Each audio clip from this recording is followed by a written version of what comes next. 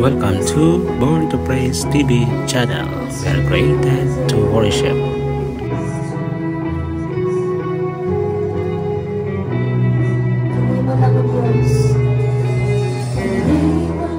Ang sambingay mahitungod kini mga igsoon sa usa ka maayo ug buutan nga piniyalan. So nakita nato mga igsoon nga among the story ni Jesus Christ, doon na siya gitumbok nga ang gingharian sa Ginoo sama ni ining usa ka dakong sambingay. Pila ka qualities, pila ka mga kinaiya, pila ka mga sitwasyon, pila ka mga talents nga naa sa kalibutan. Gihulakway ni Jesus, doon ay tulo. Diba? Doon ay gipialan og 5. Then praise God, he was able to have a profit on that. No? Nakaganan siya 5. Gipialan ang dunay usa ka sulugoon nga tinugyanan, gipialan og puntil nga 2. Then praise God, he was able to do it, nahimong 4. Then unfortunately, adunay usa, pero iyang lubong dito sa yuta aron nga walay taya or kawatan nga mukawat diini. Pero insakto ang iyang desisyon, pero dili kabubuton sa Dios. Amen? So karon mga igsoon, ako mong dalon sa tema uban ang tabang sa Ginoo may tungod sa uluhan sa atong mensahe karon. It's all about steward, a way of living. No? Unsa man ang steward? Ang steward ang insakto or maayong piniyalan. So nakita nato mga igsoon, bisag din nato isaysay gikan sa verses 14 to 30. Gihulakway ni Ginoong Hesus nga ganahan gyud si Jesus nga bilang usa ka agalon nato, kay ang atong agalon dili man tao. Amen. No? Ang atong agalon si Jesus, nga iyang residence wala din hida sa kalibutan, tuwas langit. Apan kung tawgon nimo siya mga igsoon, manaog siya si ang trono og mukauban dinhi nato. Ang bon ang atong Dios atong gialagaran, ang atong agalon dili bungol. Kay sa usa ka pagtawag nato makadungog lang gyud siya. Moari siya dinhi makikauban kanato. Muna ang fulfillment ba ang Matthew chapter 18 verse 20. Diin katong duha tutulo na guys ko siyang pangalan, diya sa mga pagdaig anaa siya sa atong taliwala. Duha lang ha, pero we are more than that here. Amen. Manang ato ang dungog mga igsoon nga atong ihatag sa atong buhig nga Dios. Akong sugdan mga igsoon kining maong mensahe may tungod sa usa ka quotation nga gisulti ni Joyce Meyer. Nga kanayon, we must remember we are stewards of what God has provided for us, not owners. So nakita nato mga igsoon, dunay tulo ka mga tinugyanan. Adunay 5, adunay 2, adunay 1. So meaning to say, ang tinugyanan dili siya tinuod nga tag-iya, tungod kay iya ra man gipiyal.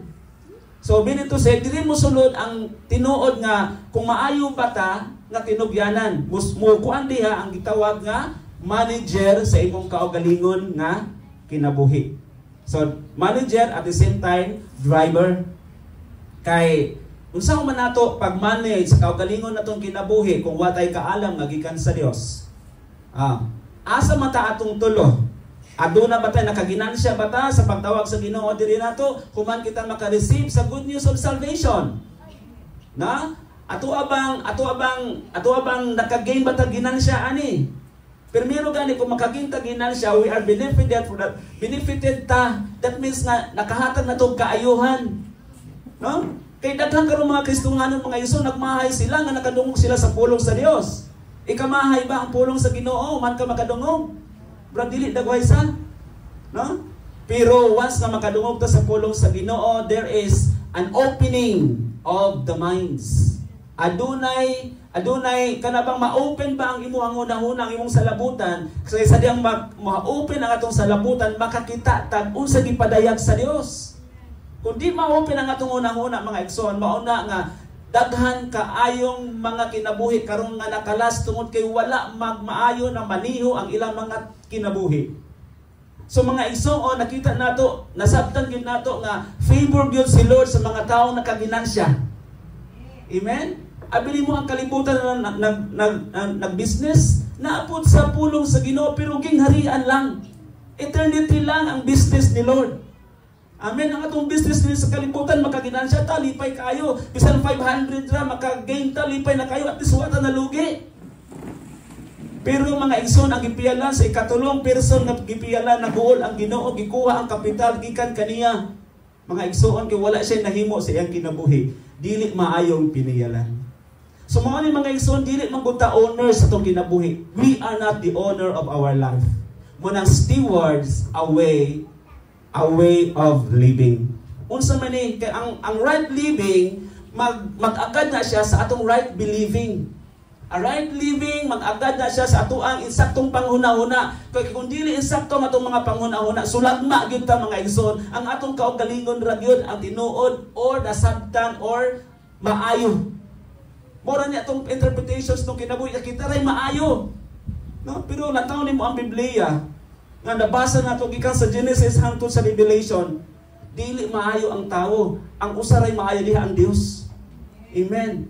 Ang Dios ray maayo. Muni ang isulti, we must remember we are stewards of what God has provided for us. That's why kinahanglan maayo tang tinugyanan mga igsoon sa mga butang nga atong naangkon karon. We must remember we are stewards of what God has provided for us. Lantaw na to ang Lucas Kapitulo 12, versikulo 42 hangtod sa 43. Unsay gisulti diha ni Jesus? Luke chapter 12, verse 42 to 43. Ningon, ang Ginoo mitubag, kinsa ba di ay ang buutan og maalamon nga sulugoon? Na? Asa ato? Atong gitakan sa Ginoo og 5 ka puntil unya nakaganansya tag 5? Asa atong ikaduha nga gihatagan sa Ginoo og 2 ka puntil unya nakaginansya siya lain pang 2. Or katubang ikatulo nga gitagag usa apan bisan sa gamay gani niini wala siya ginansya. Asa ni adto? Apan naingon si Jesus, kinsa ba di ay ang buutan nga maalamon og sulugoon nga maoy tugyanan sa agalon, pagdumala sa panimalay, paghatag sa ubang mga sulugoon sa ilang bahin sa pagkaon sa husto nga panahon. Bulahan katong sulugoon nga makaplagan sa iyang agalon, nga nagtuman niini sa paghiuli niya. Sultihan ko kamo, ang agalon maghimo ni adtong maong sulugoon nga tinugyanan sa tanan niyang katigayunan. Sa Matthew chapter 15, gisulti ni Jesus dito, kay katugyanan ka man sa gagmayng mga butang, tugyanan ko sa ikaw sa dagkong mga butang. Amen? Kining atong mensahe karon mga igsoon, it speaks to you and me. Na? Di na ta manghilabot atong mga taong naas gawas, nga karon nagpahuraya sa ilahang taksa-taksa ka mga panimalay, bisan hangtod karon wa pa kamata. Kita mo'y gisuginlan ani kay buot ni Jesus na kita mo tubo sa ato ang kahibalo, sa atong standard, sa atong pagpangalagad sa Dios, standard of living. Amen? Kinsabay ganahan nga mas mo improve ba ang atong standard of living. Amen. Ang tanan nga ganahan mo palakpak sa Dios. Hallelujah. Ug maoning mga igsoon ang purpose sa pulong sa Ginoo nganong itudlo iwali ang pulong sa Ginoo. Kay dunay mga panahon mga igsoon, we are trained by the pattern of this world. Apan ang pulong sa Ginoo kanunay siyang nag-align kanato. Kung ang ink mga igsoon, kung ang printer dugay na tong gamit mga igsoon, maghatag siya dili maayong result. O mabalaan nato sa pag-test nato niini ang print out niya. Kung ang resulta gani mag-stripe na, that means you have cleaning. Then gi-clean na nimo niya, wala pa gyud siya, ay something portion pa gyud nga mga batik-batik pa. So another cleaning, i-deep cleaning pa nimo. No? So imong pud ana tong kinabuhi mga igsoon. Sa kinabuhi, kinahanglan gyud tag pulong sa Ginoo. Unsa giingon ni Jesus? Wala ba mo kabalo nga sa matag paminaw ninyo sa pulong nahingluan kamo. Amen. Muna nga ikaw ug ako nga naa dinhi karon, bulahan ka tungod kay maunay address ni Jesus Christ. Si Jesus wala lang siya nag-ingon nga, welcome thy good and faithful servant. Mo ni siya ang pinaka commendation ni Jesus Christ at the end of the world. No? Sa diyang mga tubang ta, diya sa judgment sa hukmanan sa Ginoo. Pero sa wala pa na mahitabo, kanunay siya nag-ingon mga igsoon nga we are blessed. No? Kanunay gining gi-address mga magtotoo, mga igsoon, nga ikaw bulahan tungod kay gibiyaan nimo imong panimalay just to surrender to God. No, labi na rin iyahang panahon karon. Right? So mo ni gisulti mga igsoon nga kinsa tong maayong piniyalan kadtong kapiyalan sa kagmay mga butang kay mahimo siyang piyalan sa dagkong mga butang. Amen. Makaasa ba ang Dios nato ana? Hallelujah. Dili kita mahimong pinalan, no? Di kita kasaligan sa gagmay, how much more tang kasaligan sa dagko. Dili og dili gyud na mahitabo mga igsoon.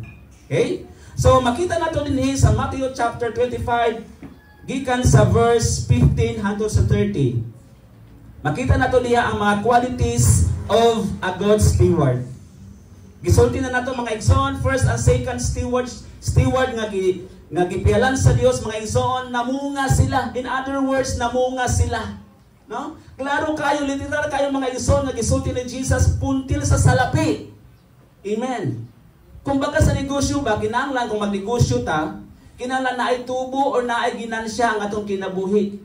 Wala gisulti ni Apostle Paul sa Philippians chapter 1 verse 21, no? For to me to live is Christ and to die is gain. Ang kanang gain ginansya na mga igsoon.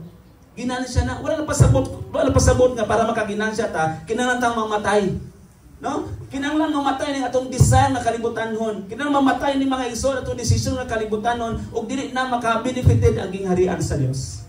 And that is a good steward na kinahanglan natong i-google diha sa atong buhi nga Dios mga igsoon.